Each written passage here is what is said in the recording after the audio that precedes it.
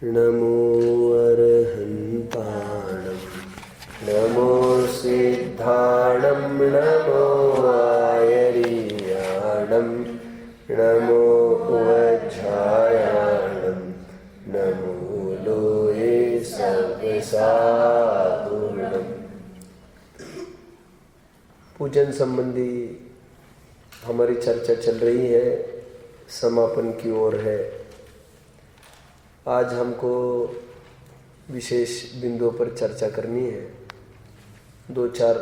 चार पांच बिंदु है।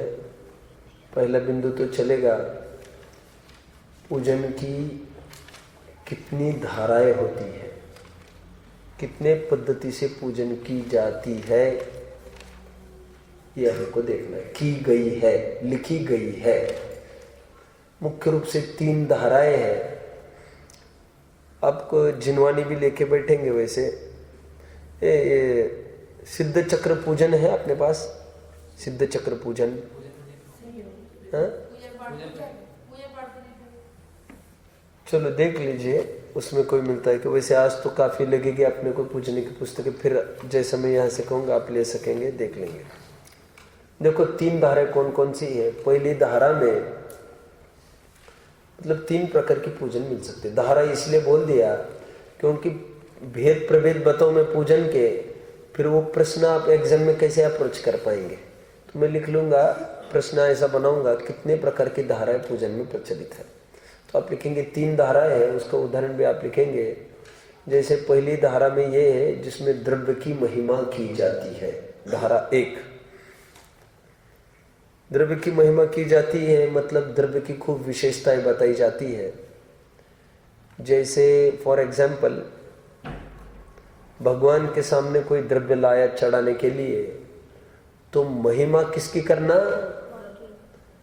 द्रव्य की चढ़ा करना, भगवान की नहीं, कम नहीं के बराबर। और किसकी करना? द्रव्य की। कैसे, मैं थोड़ा बताता हूं आपको। ये नैवेद्य का छंद है सिद्ध चक्र पूजन का। मैं यहां से पढ़ता हूं। पकवान निवाजे स्वाद विराजे अमृत लाजे क्षुध भाजे। पकड़ रहे आप सब? लाइन को पकड़ो पकड़ो। पकवान निवाजे स्वाद विराजे अमृत लाजे क्षुध भाजे। पकड़ रहे सब अच्छे से? ये जो सामग्री लाई है, ये पकवान निवाजे, ये जो पकवान लाए हैं, स्वाद विराजे, ये स्वादिष्ट है। अमृत लाजे, अमृतमयी है, ये सब A1 क्वालिटी का है। शुद्ध भाजे, शुद्धा की पूर्ति करने लायक है। बहुमोदक छाजे, ये इतने प्रकार के मोदक भी मैंने लाए हैं। लड्डू लाए हैं, वे भी देखो कितने शोभायमान हो रहे हैं। घेवर खाजे, इतने प्रकार के घेवर लाया हो, इतने खाजे वगैरह लाया हूं मैं। पूजन काजे करी ताजे, तो कैसे लाए हो? ताजे करके लाए हो, करी ताजे। ये धारा हंसी आ रही है आप सबको ना? आनी भी चाहिए। आपको लगेगा ये क्या हो रहा है, लेकिन ऐसी पूजने पहले बहुत प्रचलन में रही कि जिसमें एक और उदाहरण कोई दे सकता है? भगवान की पूजा का पहला बोलिए। जल समर्पित करता। हाँ, मैं याद नहीं लाइन नहीं, और नहीं, ये भी नहीं। ये फल मैं कल्प बेली से लाया। नहीं याद आपको? सिमंदर पूजन में खोलो जल्दी, सिमंदर पूजन। अरे उसमें नहीं होगी डॉक्टर साहब की। सिमंदर पूजन खोलो जल्दी, कोई डॉक्टर साहब की लेके ही रखो। मैं तो बोल रहा हूँ आज लगेगा जल्दी। जल्दी जल्दी। एक बहन ने आपो, उसमें भी नहीं होगी, इसमें थोड़ी होगी वो डॉक्टर साहब की। हाँ, जिनेंद्र अर्चना है क्या ये? इसमें नहीं होगी भाई वो। देखो है क्या जिनेंद्र अर्चना में होगी। बेन ने आपो श्रीमंत भट्ट 63। अरे वाह वाह वाह। ये सुनिए सब आदमी, कोई समझ रहा है ये जो पूजन की धारा है इसमें किसकी मुख्यता है? द्रव्य की महिमा करना। तो देखो भगवान कैसा कैसा द्रव्य लाया हूँ, A1 क्वालिटी का लाया हूँ। मैं सुबह उठा, जल्दी नहा धोकर गया, ग्वाले के पास गया, थन धोकर दूध निकलवाया, मावा बनाया बढ़िया बढ़िया, उसमें वो मसाला डाल के देखो कैसा बढ़िया पेड़ा ले आया। हे भगवान, समझ में आता है? फिर से बोलूं लाइंस। पकवान निवाजे, स्वाद विराजे, अमृत लाजे, क्षुद भाजे, बहुमोदक छाजे, घेवर खाजे, पूजन काजे, करिताजे। पन्ना ये आपको एग्जाम में लिखना है ये सब, ओके? ये किसकी महिमा चल रही है? द्रव्य की। द्रव्य की कैसा बढ़िया बढ़िया द्रव्य लाया। अब मैं थोड़ा सैंपल दिखाने वाला था ना, देखिए यहां पर कल्पबेली से लाया। देखो अब देखिए, पुष्प का छंद। सुमनों से मन को राह मिली, प्रभु कल्पबेली से यह लाया। कहां से लाए? कल्पबेली से लाया। अरे मैंने यहां से लाया है, वहां से लाया है, उससे क्या फर्क पड़ता है? भगवान एक्सपोर्ट माल आपको लेके आए हूँ। 100 रुपए किलो का एक Delhi rice, Kohinoor, India Gate, Daawat का चावल, भगवान तुमको समर्पित हो। आज की तारीख में ऐसा लिखना पड़ेगा, ओके? क्योंकि ताजा ताजा बना तो कौन है आजकल कोई, और गेहूं और तो चढ़ाते नहीं, सब समझ रहे। तो ये इस धारा की भी पूजन काफी चली, जिसमें द्रव्य की बहुत प्रशंसा की जाती थी। लेकिन ये धारा तो एकदम ही ढीली धारा है, और भगवान के सामने इनकी क्या भक्ति करना। वो तो तुम खड़े रहो, मिस्टर PIG स्टैंड अप।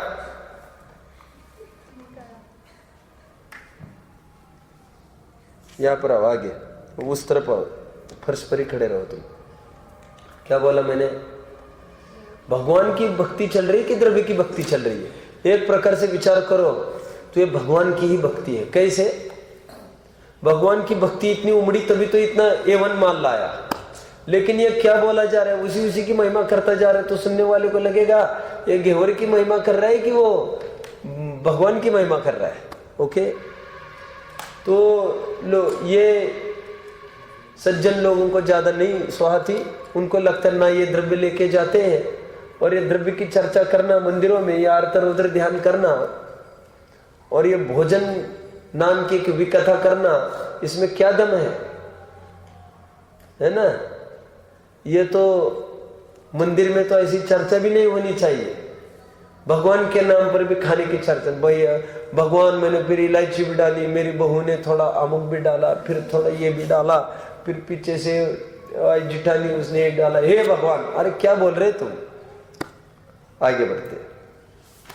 दूसरी धारा पूजन की ये रही जिसमें इन द्रव्यों की थोड़ी महिमा कम करके द्रव्यों के माध्यम से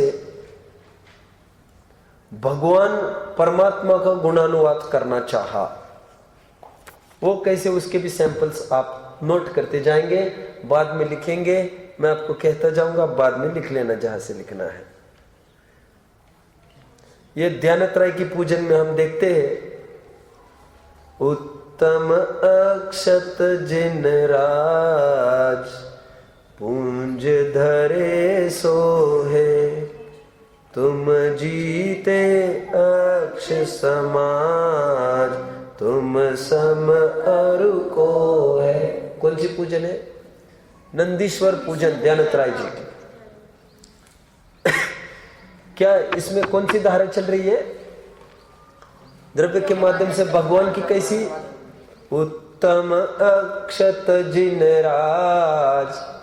यदि उत्तम अक्षत की महिमा करते तो वो पहली धारा चली जाती, लेकिन उत्तम अक्षत रूपी जिनराज, जिनराज ही सचमुच अक्षत है। द्रव्य के माध्यम से भगवान की महिमा। उत्तम अक्षत जिनराज पुंज धरे सो है। देखो दो दो अर्थ निकल रहे, दो दो अर्थ। कैसे दो अर्थ निकल रहे थोड़ा समझो, गजब की बातें है ये सब। देखो यहाँ पर एक कृष्णांजलि नाम का बहुत बड़ा ऑडिटोरियम है अलीगढ़ में। कितने जन को पता है? आपको पता है? कृष्ण ऐसे घूमते रहता है तो आप नहीं जाते घूमने अलीगढ़ कभी? बहुत अच्छा, देखते ना, काम ठीक है। घुमा भी मत करने तो कोई उठा के लेके जाएंगे तेरे। क्या बोला मैंने? एक कृष्णांजलि नाम के ऑडिटोरियम है अलीगढ़ में। ये तो मुझे पवन भाई साहब कहते हैं। तो वो जब रिपोर्टर थे ना, तो वो उनसे उनकी इंटरव्यू लेने गए, जिन्होंने ऑडिटोरियम, बहुत बड़ा ऑडिटोरियम है वो। उन्होंने पूछा आपने ऐसा नाम क्यों चयन किया कृष्णांजलि? तो उन्होंने क्या उत्तर दिया होगा मालूम आपको? मेहनत कर करके, खून पसीना एक कर करके, दिन रात एक कर करके, जिनकी अंजलि काली हो गई है, मैली कुचली हो गई है, ऐसे श्रमिकों को, ऐसे मेहनती लोगों के लिए समर्पित यह सभागृह। कितना उत्कृष्ट प्रयोजन छिपा है। तो कोई कृष्णांजलि, कृष्ण कृष्ण, कोई अरे कृष्ण मतलब काला, अंजलि हाथ। आगे हम कुछ समझ रहे? थोड़े दिन पहले चर्चा आई थी तो बात कह रहे थे, यही पर सभा में चल रही थी। मुंह टेढ़ा नहीं करना फिर से। आपको कुछ खराबी लग रही मेरे में? फिर बैठ जाओ। दो दो अर्थ निकल रहे इसमें से। कैसे? उत्तम अक्षत हे जिनराज, हे जिनराज मैंने उत्तम अक्षत पुंज में, पुंज मतलब समूह में धरे, एक अर्थ। दूसरा अर्थ क्या बन रहा है? द्रव्य के माध्यम से भगवान की महिमा। उत्तम अक्षत जिनराज, ये भगवान हे जिनराज अभी संबोधन नहीं लेना। उत्तम अक्षत, उत्तम और अक्षत पद को प्राप्त किया है ऐसे जिनेंद्र भगवान क्या कर रहे हैं? वे पुंज धरे सोए, उन्होंने गुणों का समूह धरा है, धारण किया है, शोभामान हो रहे उससे। कितने जन को दोनों अर्थ पकड़ में आए? ये दूसरी धारा आपको स्पष्ट ऐसा एग्जाम में लिखना होगा। ये 10 मार्क के लिए आ सकेगा, 10, 12, 15 मार्क के लिए। आगे और थोड़ा समय बताओ आपको। हुकुमचंद बहरील की सिद्ध पूजन में से, और सचमुच तुम अक्षत हो प्रभुवर, तुम ही अखंड अविनाशी हो। ओके। और आधार सिमंदर पूजन की या डॉक्टर साहब की, वह देखेंगे। प्रभुवर तुम जल से शीतल हो, जल से निर्मल अविकारी हो। जल को सामने रखकर ठेठ भगवान तक पहुंच रहे अपन। समझ में आता है ये? जल से निर्मल अविकारी हो। मुनि मन सम उज्जवल नीर, ये सब इसमें आएगा। वो द्रव्य को देखकर भगवान की महिमा करना। ओके। प्रभुवर तुम जल से शीतल हो, जल से निर्मल अविकारी हो। मिथ्या मल धोने को प्रभुवर, तुम ही तो मल परिहारी हो। चलना है आगे। तो पानी के लिए भी सभी संज्ञा जा सकते। माने पानी का एक नाम मल परिहारी है। मल को धो देता है ना, मल को धो देता है कि नहीं? मैले कुचैले कपड़ों को पानी धोने की सामर्थ्य रखता है। भगवान आप भी पानी समान हो, हमारे हृदय में आई विकृति को आप धो देते हो मतलब वे कुछ करते हो। अरे भगवान को देखकर अपने आप हमको ऐसा भाव आया। उपचार का कथन चल रहा है, आगे बढ़ना है। तीसरी धारा की तरफ थोड़ा सा ध्यान आकर्षित करते हैं, जिसमें यह द्रव्य की महान निंदा की जाती है। द्रव्य की मतलब यह बहुमूल्य सामग्री की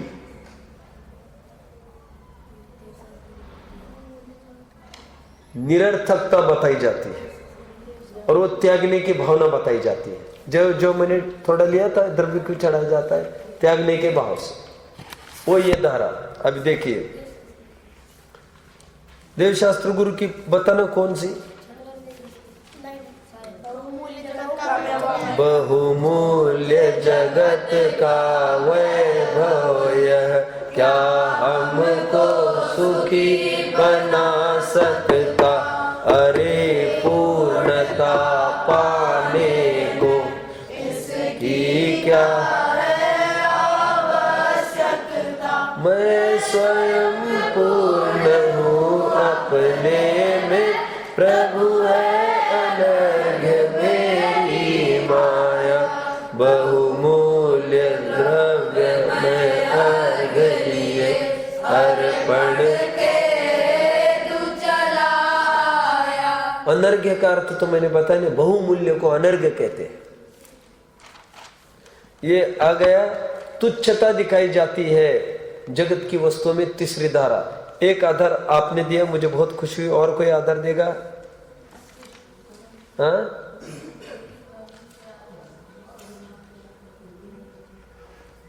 अभी देखिए, बोलिए मुक्ति, जरा मुझे सुने।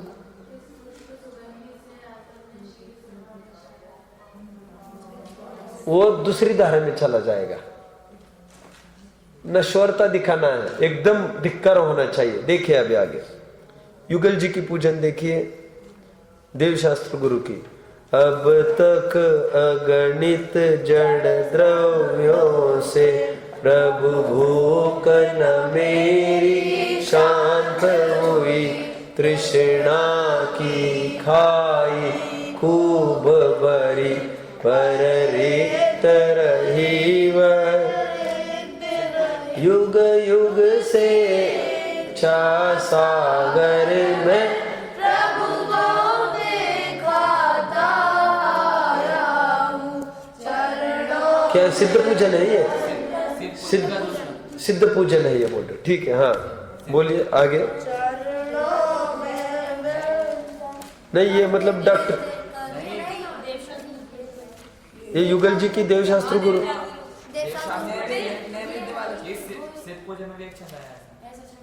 मैं समझ रहा था अब तक भोजन से जीवन चलता है। ये भी चलेगा। मैं समझ रहा था अब तक भोजन से जीवन चलता है, ये भी चलो, खूब छंद है।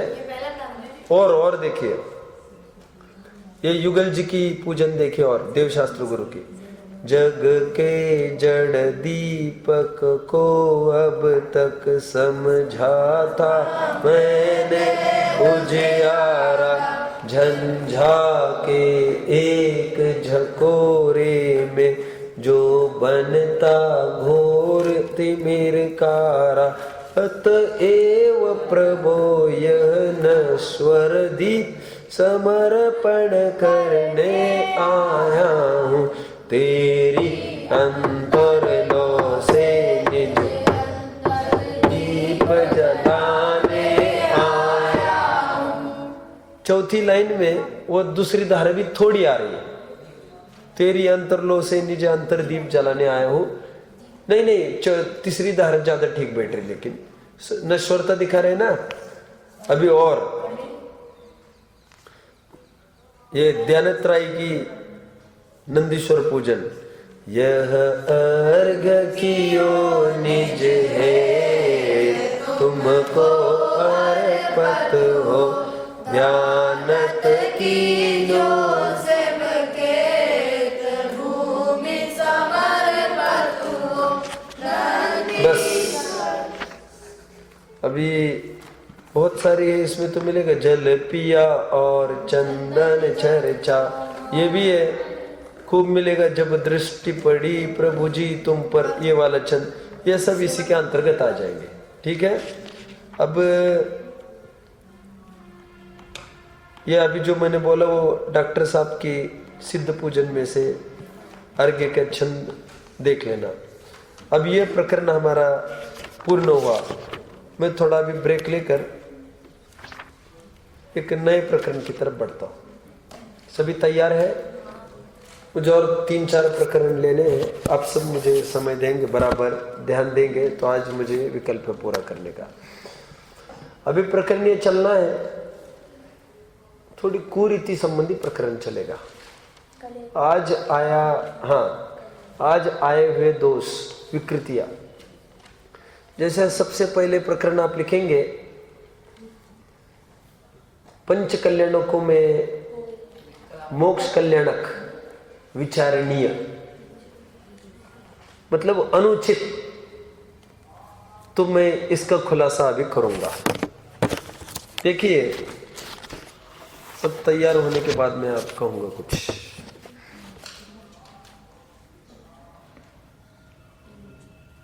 देखिए, अब इसमें यह है, आजकल जो प्रतिष्ठाचार्य प्रतिष्ठाएं कराते हैं, उसमें 4 कल्याणक के साथ साथ मोक्ष कल्याणक भी मनाते हैं। आप सब देखते जानते हैं।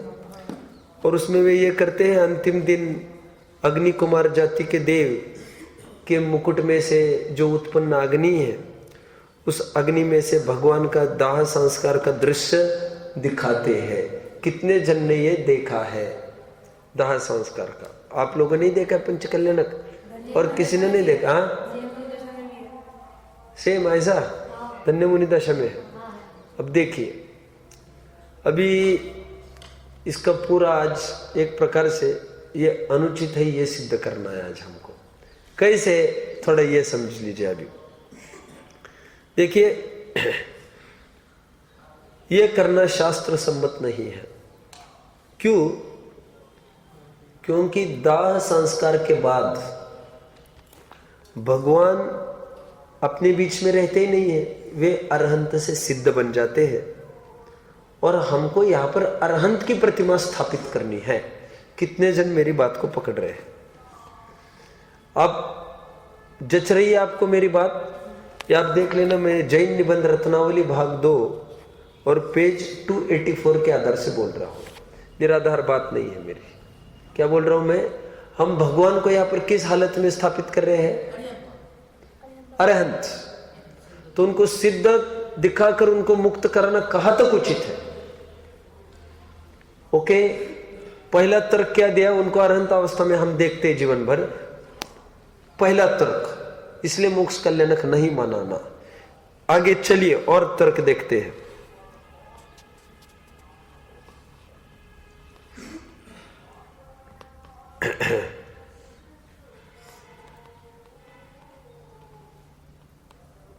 हाँ, और अरहंत दशा की उसी के अंतर्गत लिखे। अरहंत दशा की क्यों उपाधि है? उसमें उपदेश खिरता है, दर्शन होते हैं, सब। सिद्धावस्था में तो ये कुछ नहीं होता। हमको उपाधि अरहंत की ही प्रतिमा है। ओके, और मोक्ष गमन के बाद ये तो संभव नहीं होगा। सेकंड पॉइंट में आप लिखेंगे तो हमें क्या करना चाहिए?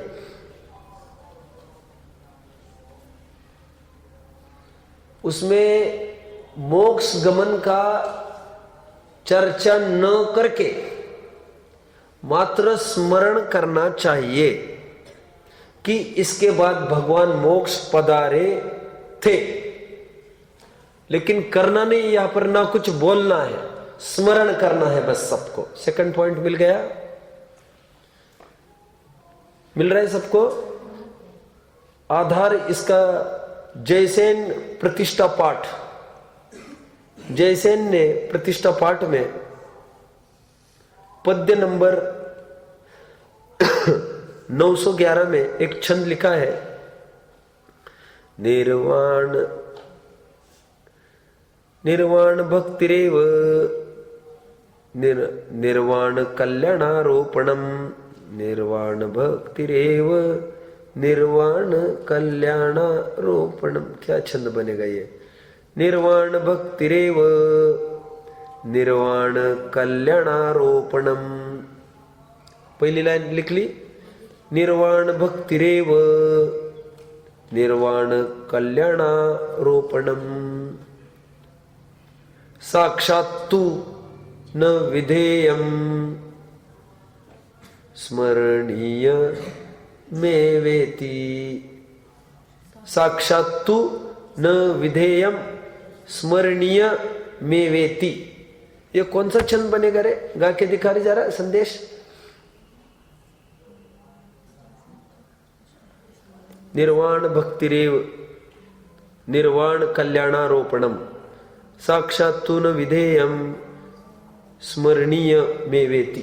चलो जो भी हो, ये छंद क्यों लिखा है कोई बताएगा? वही पर इसका अर्थ भी दिया है, कोई बताएगा वैसे आप में से कोई अर्थ? सूर्यांश बोलिए। निर्वाण कल्याण को भक्ति के रूप में नहीं माना, उसको स्मरण ही करना चाहिए उसको। साक्षात तू न विधेयम, एक शब्द आया कि साक्षात इसका विधान नहीं करना चाहिए। स्मरणीयम एव इति, स्मरण मात्र करना चाहिए। समझ रहे हैं?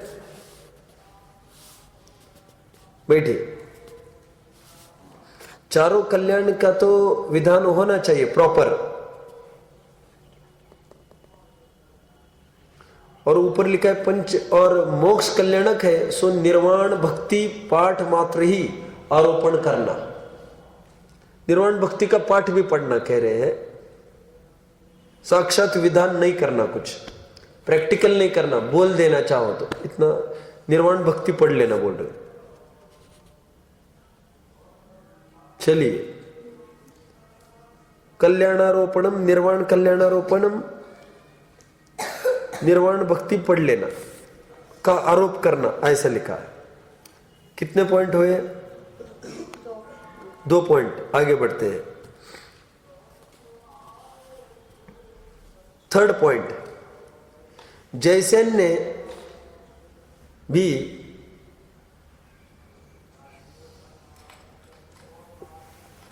मोक्ष गमन का साक्षात विधान नहीं लिखा। ये तो 3रा पॉइंट नहीं समझो, 2रे पॉइंट में इसको इंक्लूड करो। 2रा पॉइंट था ये लाइन क्यों छोड़ रहे बीच बीच में?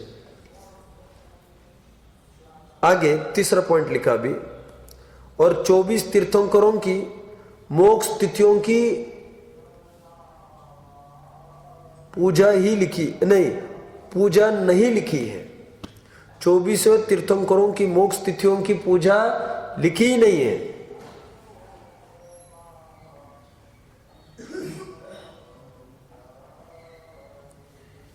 जबकि अन्य कल्याणकों में उन कल्याणकों की तिथियों को की पूजा लिखी है उन्होंने।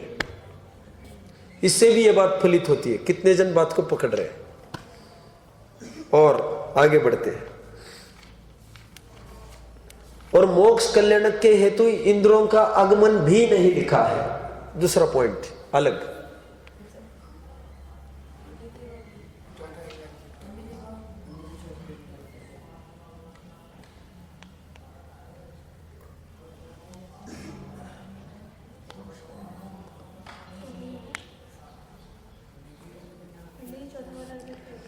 चौथा वाला कितने जनों ने लिखा है?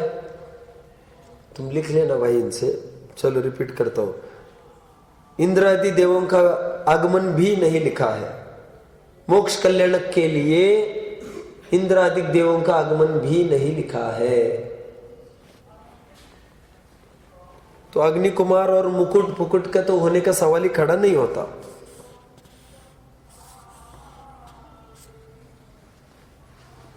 जब आगमन ही नहीं होगा तो ये दृश्य दिखाना अनुचित है।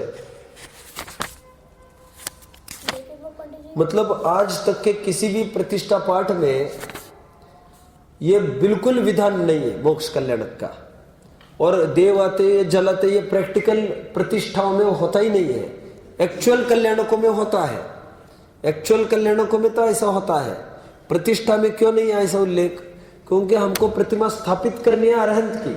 कितने मुक्ति पकड़ रहे? बहुत अच्छा सब्जेक्ट है ये। ये 12वीं वालों तक के ये सब्जेक्ट नहीं है, ना उनको कभी कोई मिलेगा। ये तो मुझे इस बार लगा कि वैसे रिकॉर्डिंग बन रहा है तो टू दी बेस्ट जो पुटअप कर सकते पुटअप करे। मैं अच्छी भी बात और बताऊंगा। कितने पॉइंट हुए? आगे इवन मूर्ति के पादपीठ पर, अरहंत मूर्ति के पादपीठ पर जो प्रतिष्ठा की तिथि अंकित की जाती है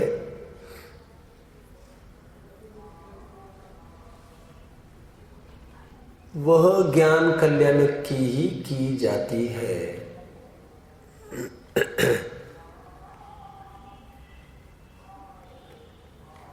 अरहंत मूर्ति के पादपीठ पर जो प्रतिष्ठा की तिथि अंकित की जाती है वह ज्ञान कल्याण के दिन की ही अंकित की जाती है। इससे भी मोक्ष कल्याण का साक्षात विधान दिखाना युक्त नहीं लगता, स्मरण मात्र है बस।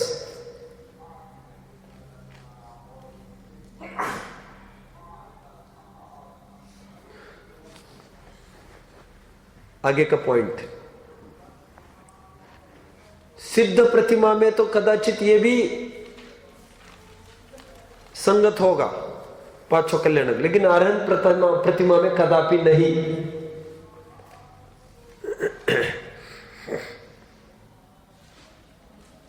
तो यहां पर लेखक ने सबको एक चेतावनी दी है कि गलत परंपराओं को प्रतिष्ठाचार्य रोके।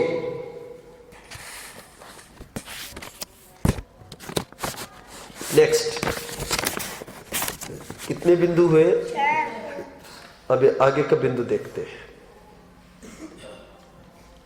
मैं मेरी तरफ से अभी कुछ कहूंगा। सब तैयार है? पेरी और कार्डिन दोनों तैयार हैं? Perry, are you ready? ठीक है।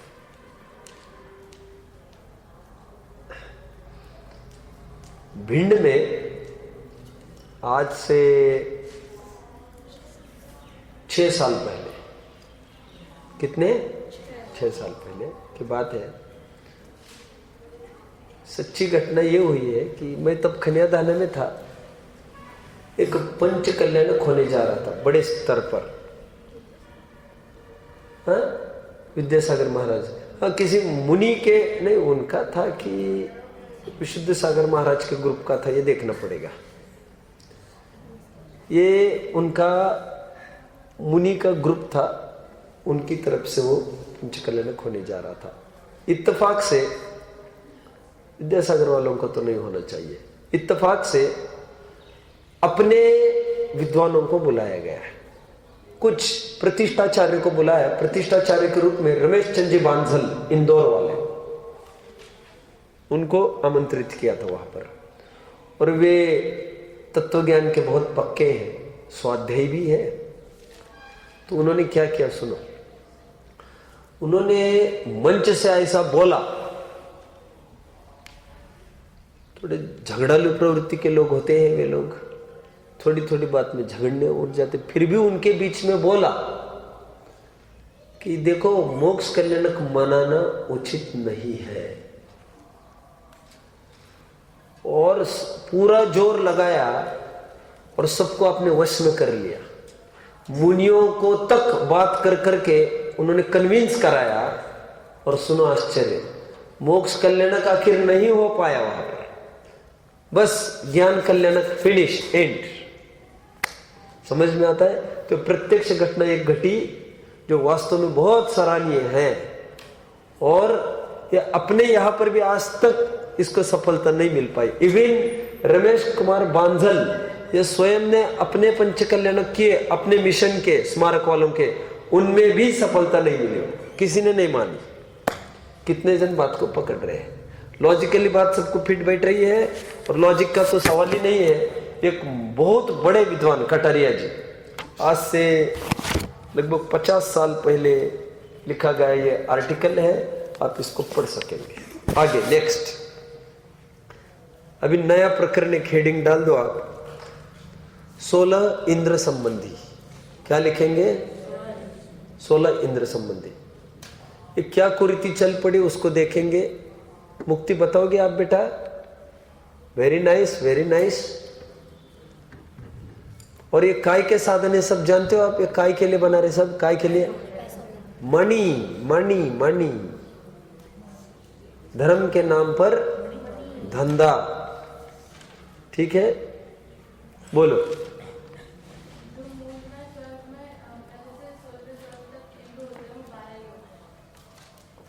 Very nice, very nice.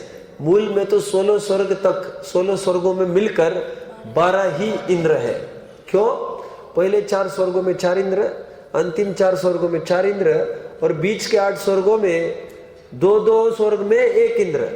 इस प्रकार 8 स्वर्गों में 4, इस प्रकार 4 3 12 इंद्र हुए। कितने जन ने बात को पकड़ा? Very nice, very nice, very nice. तो मूल तो 12 इंद्र है। बोलिए अभी आगे। हाँ हाँ,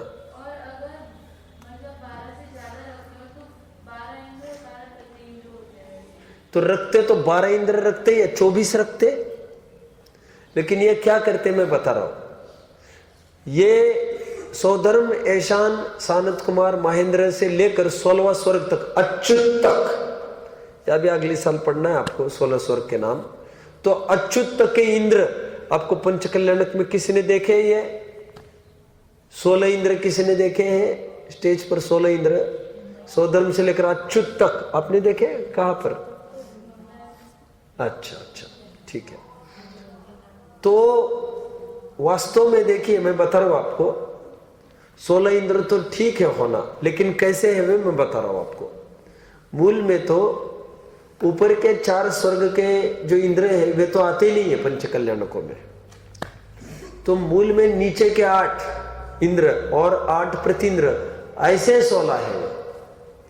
तो इंद्र प्रतिन्द्र मिलके 16 न दिखाकर ये सीधे इंद्र ही इंद्र 16 दिखाते, इसके पीछे क्या तात्पर्य होगा? क्योंकि हर एक इंद्र बनेगा तो उतना पैसा बटरने मिलेगा, 8 में पैसा घट जाएगा। ये आपको समझना है, आगे बढ़ना है। तो 16 अच्युत तक नहीं दिखाए जाने चाहिए। ये नीचे के 8 स्वर्ग के, ये सॉरी 12 स्वर्ग के मिलकर 8 इंद्र, पहले 4 स्वर्ग के 4 और फिर 8 स्वर्ग के 4, ऐसे 12 स्वर्ग के 8 इंद्र और 8 प्रतिन्द्र ऐसे दिखाना चाहिए। अभी थर्ड, आपने देखा होगा वैसे कोई आहार दान के नाम पर 32 ग्रुप बनाते हैं। कितने? जैसे पारना होना है आदिनाथ का, तो आहार दान की बोलियां लगती है। और जानते हो आहार दान वाला कितना रुपए देता है? कितना? कल्पना नहीं करेंगे आप। अभी आहार दान की बोली लगी थी जयपुर के पंचकल्याणकों में। बोली तो नहीं बोली वहां पर, अंदर में ही बात हो गई थी। 85 लाख, 85 लाख मैं आहार दूंगा। तो पैसे की होड़ में कोई 32 ग्रुप खड़े कर देते हैं। क्यों? एक जन से वसूल करने मिलेगा। अभी कितना अच्छा 32 से यदि वसूल कर पाए हम तो चलो ठीक है, तुम भी आहार देना, तुम भी देना, तुम भी देना। तो 32 ग्रुप किस आधार पर बनाते होंगे? 32 ग्रास ले लेते हैं ना मुनि। लेकिन गलत बात इसलिए है, एक श्रेयांश अकेले ने, श्रेयांश राजा ने आहार दान दिया था, अब 32 कैसे खड़े कर दिया आपने? किसी को पकड़ में आ रहा है? यह कुरीति है, उचित बात नहीं है।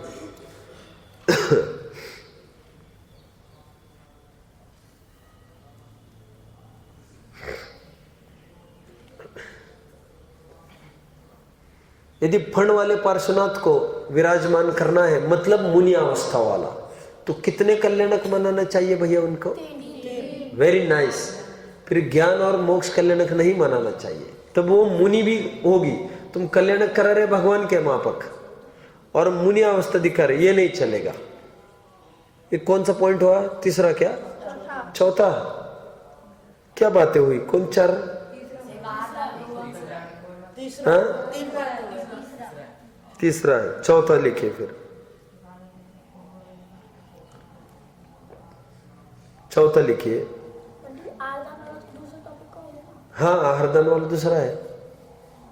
चौथा लिखेंगे ना अभी, दिक् कुमारियों का लिखो अभी। 56 दिक् कुमारियां जो दिखाई जाती है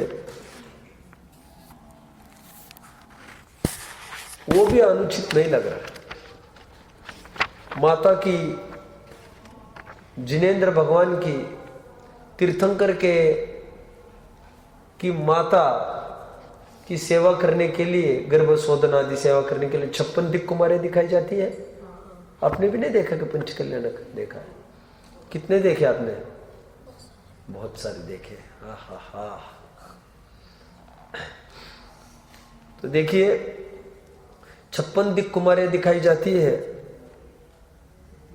यह भी उचित नहीं है, क्योंकि पूर्ण अपने जिनागम में कहीं भी 56 ऐसी गिनती नहीं है दिक् कुमारियों की। ये पता है ना मुक्ति आपको, टॉपिक वह लिया था। क्यों? जाने कहां से आदर मिला, किसी अनुयोग में कोई ऐसा उल्लेख नहीं है। इतना जरूर उल्लेख है कि भगवान की माता का गर्भशोधन का कार्य श्री री धृति कीर्ति बुद्धि लक्ष्मी, ये कुलाचल वासिनी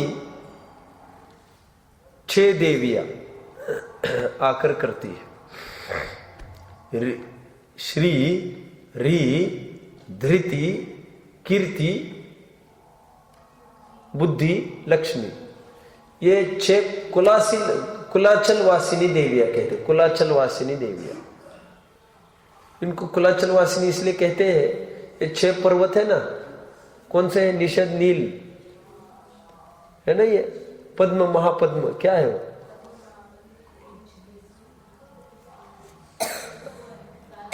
तालाब है। पर्वत के क्या नाम है ये? अरे तालाब, पर्वत के ही तो नाम है ये। यस,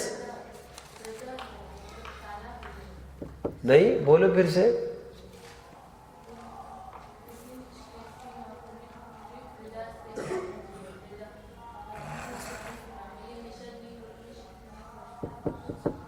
वर्षधर पर्वत, हाँ, निषद, नील, क्या है उनके नाम? तत्वर सूत्र। हाँ, तत्वर सूत्र देखो, तुम बताओ जल्दी क्या है?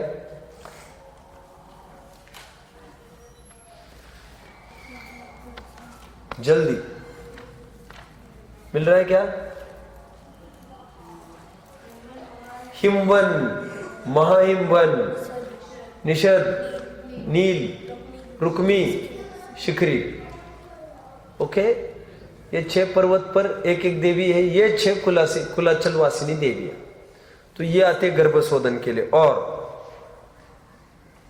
इनका तो मिलता है, लेकिन इनका 6 उल्लेख है, 56 नहीं है। 56 कहां से बोलते हैं समझ में नहीं आता। और ऐसा भी उल्लेख आता है पुराणों में कि 13वां जो द्वीप है, रुचक द्वीप, रुचक द्वीप, उनके मध्य में रुचक नामक पर्वत है। उनके कूटों पर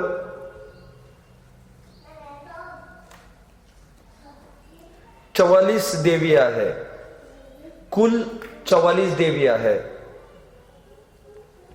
उनका भी, उन देवियों का नियोग भी जिन माता की सेवा का है।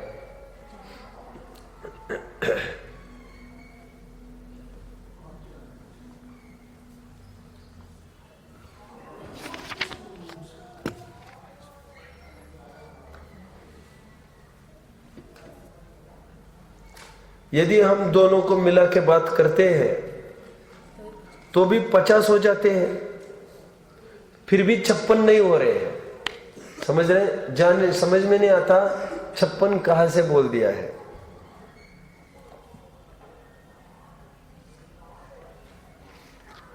आगे बढ़ते हैं।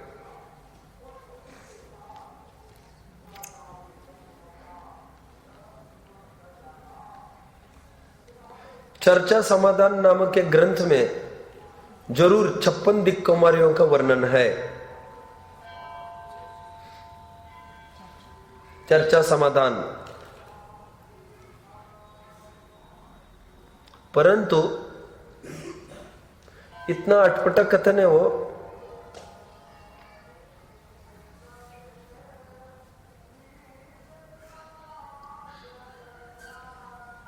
कि कल्पवासिनी की 12 इंद्राणी, भुवनवासी की 20, व्यंतरों की 16, चंद्रमा की 1, सूर्य की 1 और कुलाचलवासिनी 6। इस प्रकार 56 की जुगाड़ करके दिखाइए। लेकिन ये भी युक्ति संगत नहीं बैठता। लिखना है आपको पूरा, तो छोड़ दो ये, ऐसी कोई बात नहीं। कठिन इसलिए पड़ेगा ये, आपने भूगोल कुछ पढ़ा ही नहीं है। बताओ, कल्पवासिनी की इंद्राणी 12। क्यों? अभी 12 इंद्र बताए थे थोड़ी देर पहले, मुक्ति दीदी बोल रही थी। उन्हीं की इंद्राणी 12, वे 12। फिर भुवनवासी की इंद्राणी 20 ले ली इन्होंने, क्यों? वहां पर भी 20 इंद्र, 20 प्रति इंद्र होते हैं। आपको कैसे पता है ये 20 इंद्र प्रति इंद्र वगैरह सब? ये 100 इंद्रों की संख्या आपको पता है? किसने सिखाई? कब बताई थी मैंने? कौन सा प्रकरण चल रहा था? अच्छा, तो फिर आपको समझ में आ सकता है। मैं तो समझ रहा हूँ फालतू में, फिजूल में। मुझे तो आपको इसलिए बताना है क्योंकि गलत परंपरा जो चल रही है, 56 दिक् कुमारी आप सब देखते हैं ना, उचित नहीं है। अच्छा, आगे क्या लिखा? व्यंतरों की 16 इंद्राणी, ये गलत सिद्ध हो गए। कैसे?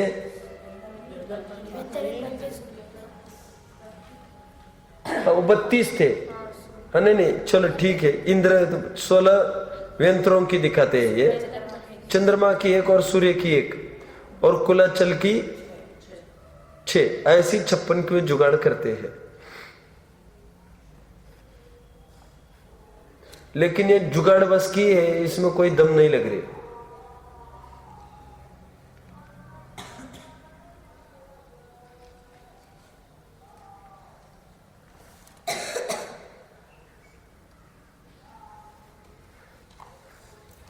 और टोडरमल जी ने भी ये चर्चा समाधान जयपुर में स्वाध्याय कराया था सभा में, तो उसके बारे में रायमल जी ने ऐसा लिखा है कि मल जी का ऐसा कहना है कि इसमें जितनी चर्चाओं के समाधान दिए हैं उनमें से थोड़ी चर्चाओं के समाधान ठीक है और बाकी योग्य नहीं है। मतलब उन्होंने प्रामाणिक नहीं बताया पूरा ग्रंथ को।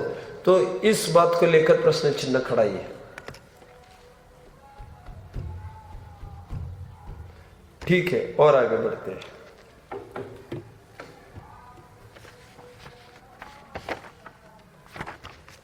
हाँ, हुआ होगा तो फिर मैं बोलूँ। और लेना है 5-7 मिनट और देखिए आगे। और एक गलत परंपरा क्या चल पड़ी, मैं थोड़ा दिखाता हूँ आपको।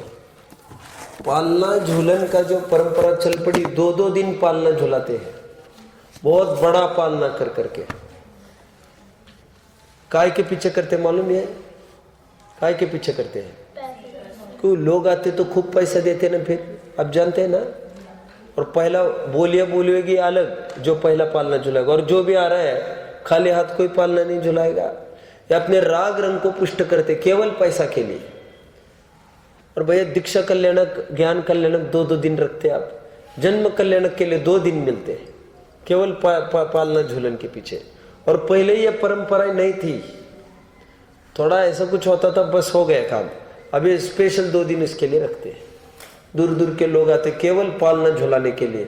और पंच कल्याणक में और कल्याणकों में आए न आए, जन्म कल्याणक में भीड़ सर्वाधिक मिलेगी आपको, मिलेगी। केवल पालना झुलाना, राग की लीला पुष्ट करना।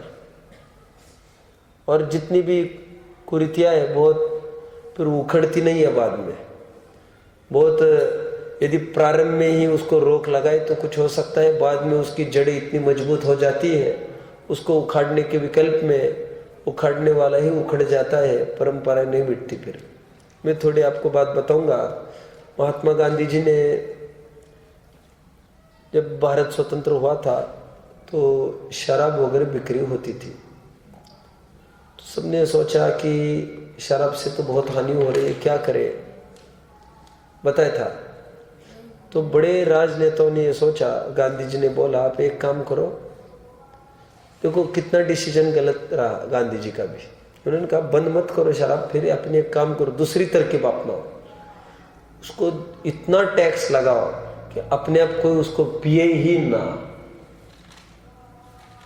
तो उसको भरपूर टैक्स बढ़ा दिया उसका। ये जानकर के अभी इतनी महंगी तो ऐसे कोई नहीं पिएगा, अब पब्लिक को कहने की क्या आवश्यकता है, हम नहीं बेचना नहीं है। तो हुआ उल्टा, इतना टैक्स बढ़ाया उसका, फिर भी शराब की बिक्री में कमी नहीं आई। अच्छा, फिर दूसरे साल और ज्यादा बढ़ा दिया खूब, फिर बिक्री नहीं घटी। ये आज कंडीशन ये बढ़ गई है, बन गई है कि हम यदि कहते हैं शराब हटाओ, बीड़ी सिगरेट हटाओ, गवर्नमेंट क्या कहते मालूम? कहते हटाने को क्या, हम 1 सेकंड में हटाएंगे, भारत पर इतना कर्जा है। और जितनी इनकम भारत को होती है ना, उसका बहुत बड़ा हिस्सा इनका टैक्स का है। मतलब 1 मिनट में हटा रहे ये सब, ये पैसे की पूर्ति कौन करेगा बताओ? आप 2 पैसा हम हटा रहे। मुझे क्यों कहना है, संभव था तो तभी संभव था, कब? गांधी जी के हयाती में नहीं हुआ, अब तो होने से रहा। मैं क्यों कह रहा हूं, कोई भी कुरीति है वो फटाफट तोड़े तो ही हट सकती है, बड़ा उसका धारण हो गए जड़े, बस उसको कोई नहीं उखाड़ सकता फिर। और आज ये स्थिति है, उसको उखाड़ने की बात करो, कह रहे इतना पैसा कहां से आएगा फिर, अब तो टैक्स बढ़ाओ, टैक्स खूब बढ़ाते, आप हर बजट को देख लेना, इतना टैक्स बढ़ाते बीड़ी सिगरेट तंबाकू आदि आदि पर, फिर भी वो रात दुगुनी दिन दुनी रात चौगुनी खपत हो रही है उसकी। उसी प्रकार पालना झूलन का पागलपन ये प्रारंभ हुआ है, अब ये चालू हुआ है, बहुत उखड़ना बहुत मुश्किल होता है ऐसे कामों का। ठीक है, तो हम सावधान रहे इसमें। कल चर्चा हम करेंगे सूर्य मंत्र को लेकर,